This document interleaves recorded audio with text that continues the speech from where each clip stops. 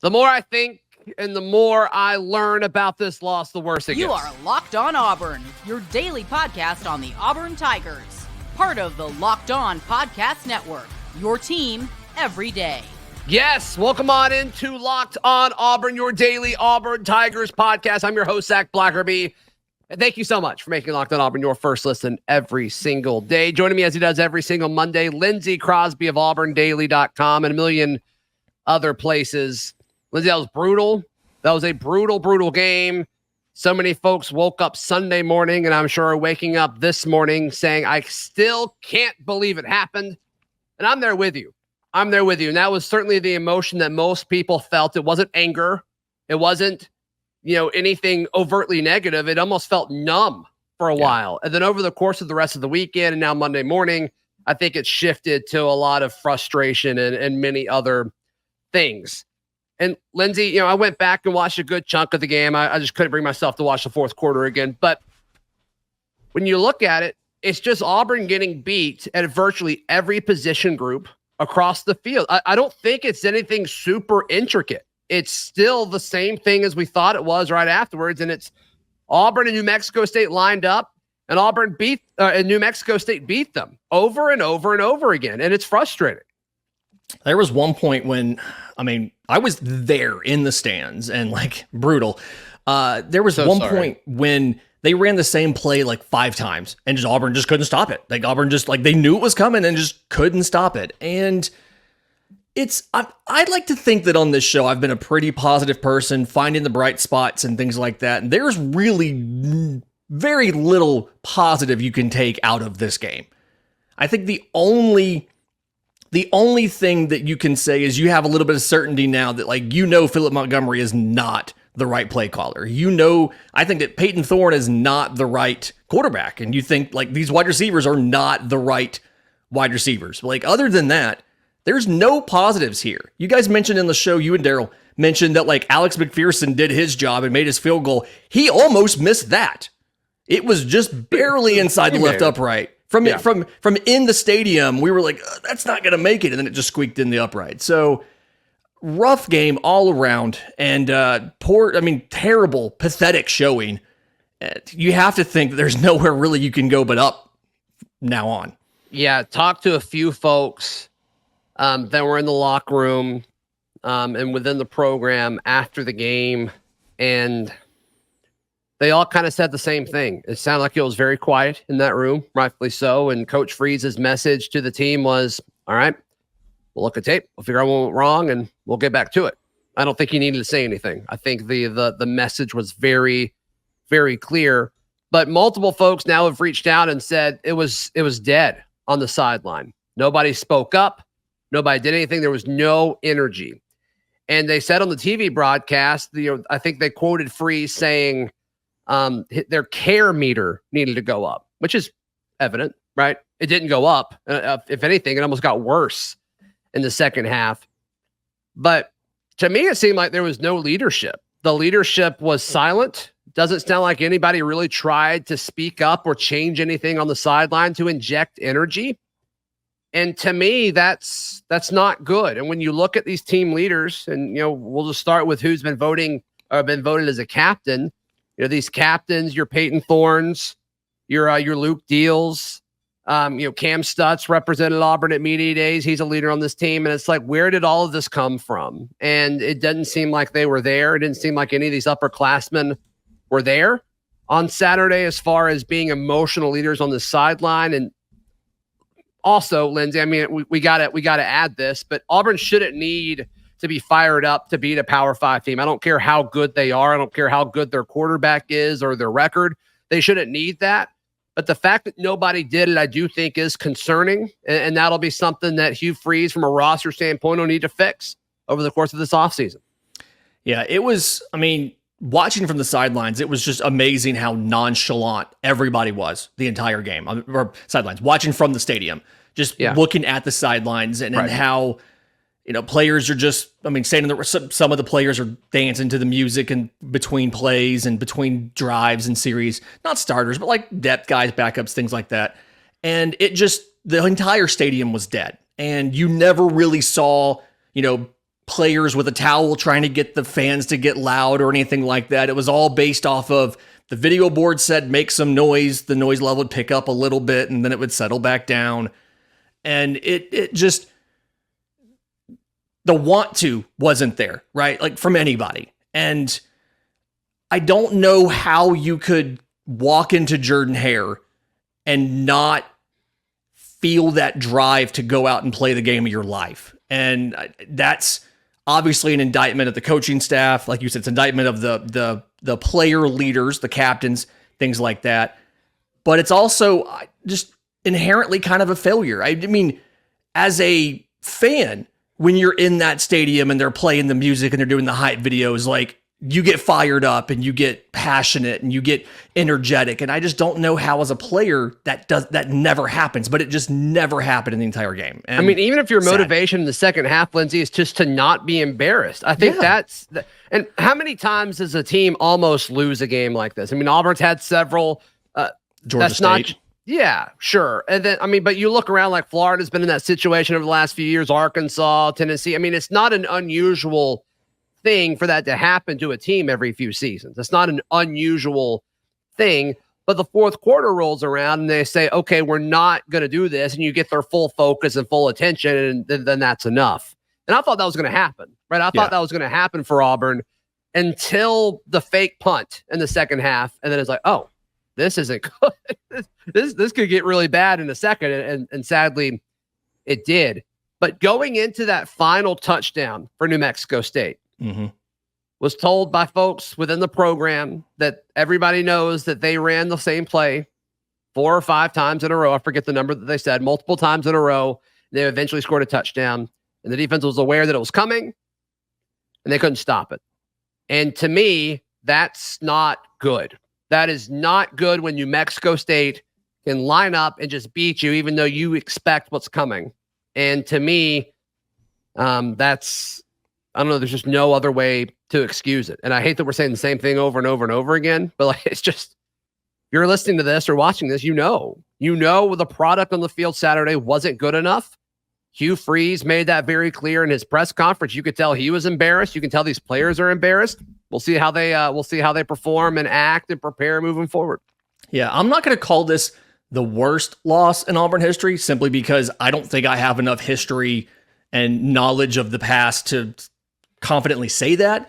But I am going to say it's the most embarrassing of recent Auburn history simply because you shouldn't, group of 5 team, doesn't matter how good they are, you shouldn't be in a position like this where you get, man, if you had swapped everything around, if you had swapped the jerseys and everything, people would look at this game and be like, that's what's supposed to happen. Auburn's supposed to go out there and dominate them, 31 to 15 or 10 or whatever it was, 31-10. And instead it's the other way around. And it's embarrassing.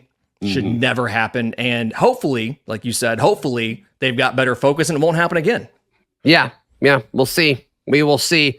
Recruiting now is more important than ever because, well, we'll talk about that in just a moment. Right here on Locked On Auburn. Today's show is brought to you by our new friends, Listening.com. If you listen to podcasts, odds are you like listening to all sorts of things. And right now, Listening.com, they've got a special deal for you guys. But first, let me tell you what Listening.com is.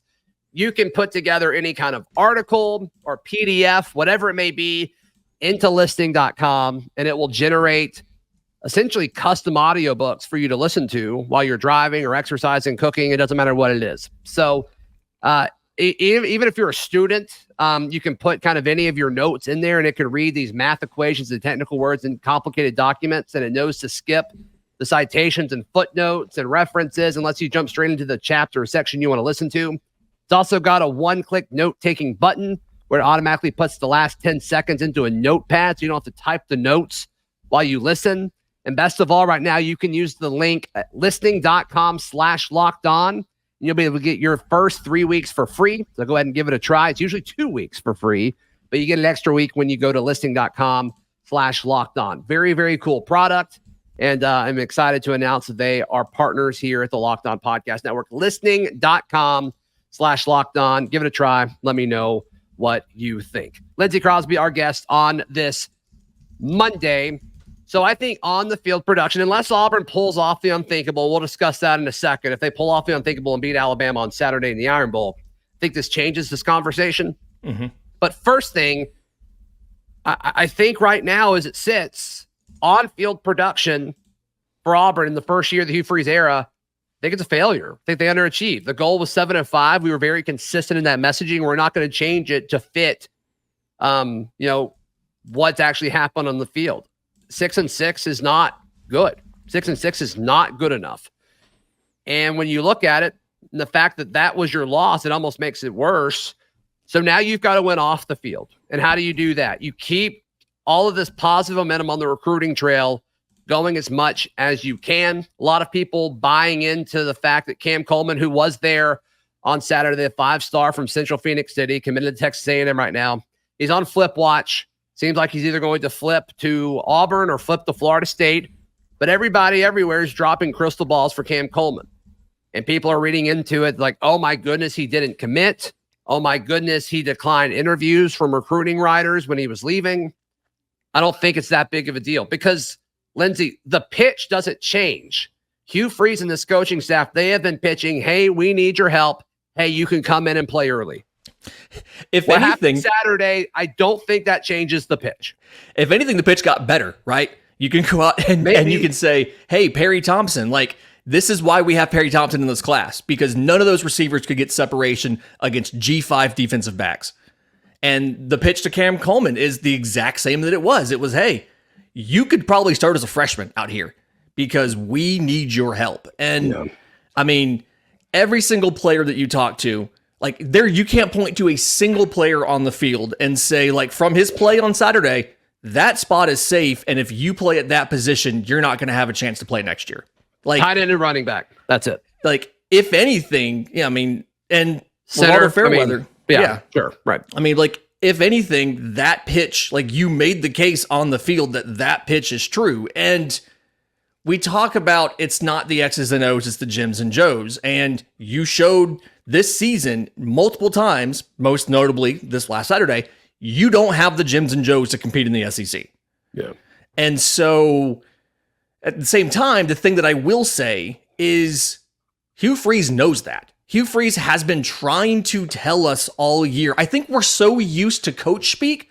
We're so used to coaches who they don't want to make any sort of broad proclamations about their talent level. They don't want to oversell anything. And so we just assume that coaches are always just they're always saying the right thing and they're always just being falsely positive. Hugh Freeze has tried to tell us that this roster is not good all year. We've not listened. And this is evidence that, hey, this team is not where it needs to be from a talent perspective. So, but Lindsay, I think that's fine in discussing the loss to Texas A&M and to Ole Miss and to Georgia. And I think that's fine. Yeah. Auburn's roster is more talented than New Mexico State's. I think that's where it's a little bit different when we have this conversation. I think this is all about effort. I think this is all about a lack of pride in what you're doing on the field. And he called them out, saying the receivers were running in slow motion. And then on both sides of the ball, Auburn got bullied in the trenches over and over and over again.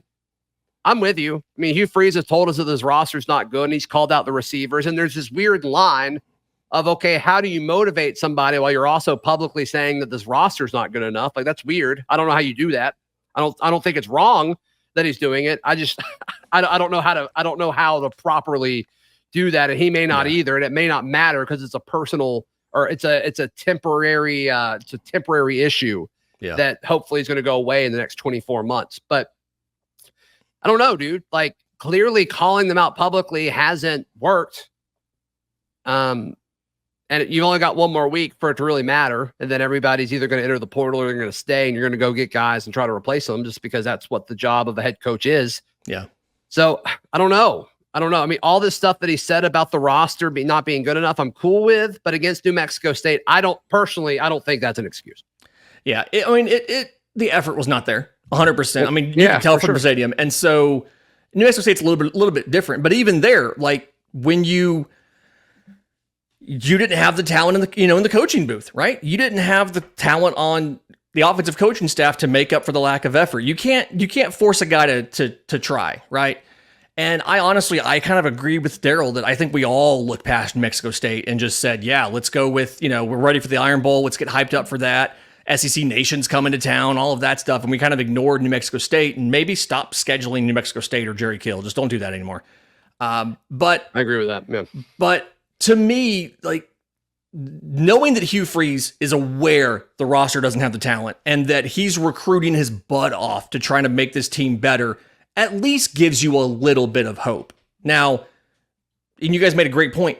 You haven't made any progress this season, but you have hope, and you have hope because you know that in this class, verbally committed, if you can seal the deal by early signing day, is DeMarcus Riddick, is Perry Thompson, Jamonta Waller and Joseph Phillips are in there. Like you have guys coming in that are very, very talented, and that's not something you've been able to say for 4 or 5 years. But the only positive thing you have right now, if you are Auburn, is this class. And so you have to seal the deal. And I'm personally not worried about Cam Coleman not committing over the weekend because wide receivers are divas. And it's probably waiting for the most dramatic possible moment to do it, like halftime of the Iron Bowl or something. But and I'm cool with that. I'm cool. That's fine. I almost think it's better for Auburn if he waits. Like, I think Cam Coleman will be a part of this class. I thought that last week. I'm saying it this week as well, as do most people who cover recruiting at some point. They've put in a crystal ball or a prediction, Cam Coleman flipping from Texas A&M to Auburn. I do think that's going to happen. I think you can make the argument it's better for Auburn to do it on signing day. I mean, that's when everybody's paying the most attention. You want everybody to see, okay, we're getting these 5 stars. He's going to be the second or third 5-star in this group, depending on where you look. So I'm okay with this. I'm okay with him not committing this weekend. I'm fine with him not committing this weekend. I do want to say I don't know if this is true because I don't cover recruiting, but sometimes those best of the best players like a Cam Coleman, like a Perry Thompson, sometimes other players are drawn to want to play with them. And so my argument though for that would be like the coaching staff is telling them that Cam Coleman is coming.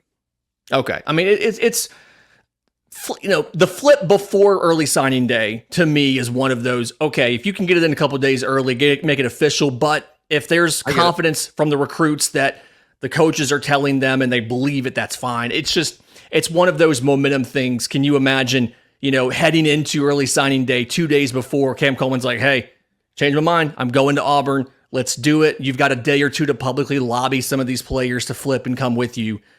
There's that. So disagree with a little bit, but I'm sure the coaches, like you said, the coaches telling them probably has enough weight where it functionally works the same.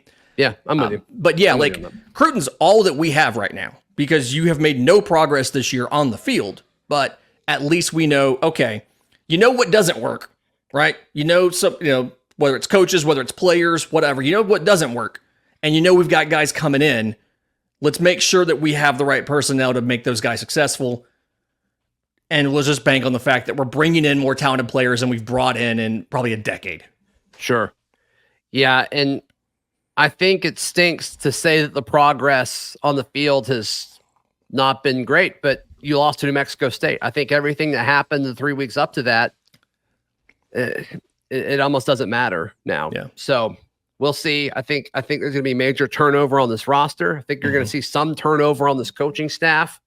And I think it may happen shortly after the Iron Bowl after this weekend. So we'll see. Could the Iron Bowl fix all of this? We discuss in just a moment right here on Locked On Auburn. Today's show is brought to you by our friends at FanDuel Sportsbook. And speaking of the Iron Bowl, you can wager on the Iron Bowl at FanDuel Sportsbook. Auburn 14.5-point dogs. Or you can bet on Auburn straight up. The money line is plus 490. If you feel good about the Tigers, maybe head over to FanDuel and possibly win some money. We will see. But right now, new customers at FanDuel, they get $150 in bonus bets with any winning $5 money line bet. That's $150 if your team wins. If you've been thinking about joining FanDuel, there's no better time to get in on the action. Bowl season is a great time to wager on college football, so make sure you already got everything set up as the bowl season's almost here. And obviously, the conference championship games will be this following weekend too. So this app's easy to use at FanDuel, spreads, player props, over-unders. They got everything. Visit FanDuel.com/lockedon and kick off your sports winnings, hopefully, at FanDuel. They're the official partner of the NFL. Lindsay Crosby, our guest. If Auburn wins the Iron Bowl, does it erase everything that happened this past weekend? I'm leaning towards no, Lindsay. Where are you in this? It doesn't erase everything, but I think if anything, it makes more questions. It raises questions of how do you beat Arkansas by as much as you did? How do you pull one out against Alabama, but then lose to New Mexico State? And I understand that there's a narrative about Hugh Freeze that he'll have an inexplicable loss that you weren't expecting every season. His Liberty team lost to this same New Mexico State team in Jerry Kill last year, happened at Ole Miss. I think if anything, if you win the Iron Bowl, I mean, obviously, I'm not saying don't do it. I would love an Iron. You never turn down an Iron Bowl win. I do feel like it raises more questions, right? Simply because it's like, how do you have this game in between the other two, right? Mm-hmm. But at the same time, it's a 14.5 point spread. I mean, you're 5-5 against the spread this year. If you can if you can somehow win, that's absurd. Can I put a tinfoil hat on for a second? Do you mind? Go. I love tinfoil hats. Go ahead. All right. So if would you say that this offense looked more like Auburn at Cal or Auburn over the 3-game winning streak? Cal. Yeah, that's a no-brainer, right? Yeah. What if, oh my goodness, Jimbo's gone. We have so much momentum on the recruiting front. NIL is booming. It's New Mexico State. Coach Montgomery, you got the offense this week? Because I really need to recruit and close out and maybe get a top 10 class. You good? Yeah, coach, I'm good. I got it. And this was Philip Montgomery's offensive game plan. Would that be the craziest thing in the world, Lindsay? Because it really looked like the offense we saw the first half of the season. I don't think it'd be crazy. And I know this is not the most reliable thing because I was in zone seats and they were wonderful seats. Thank you to the listener who sent those to me.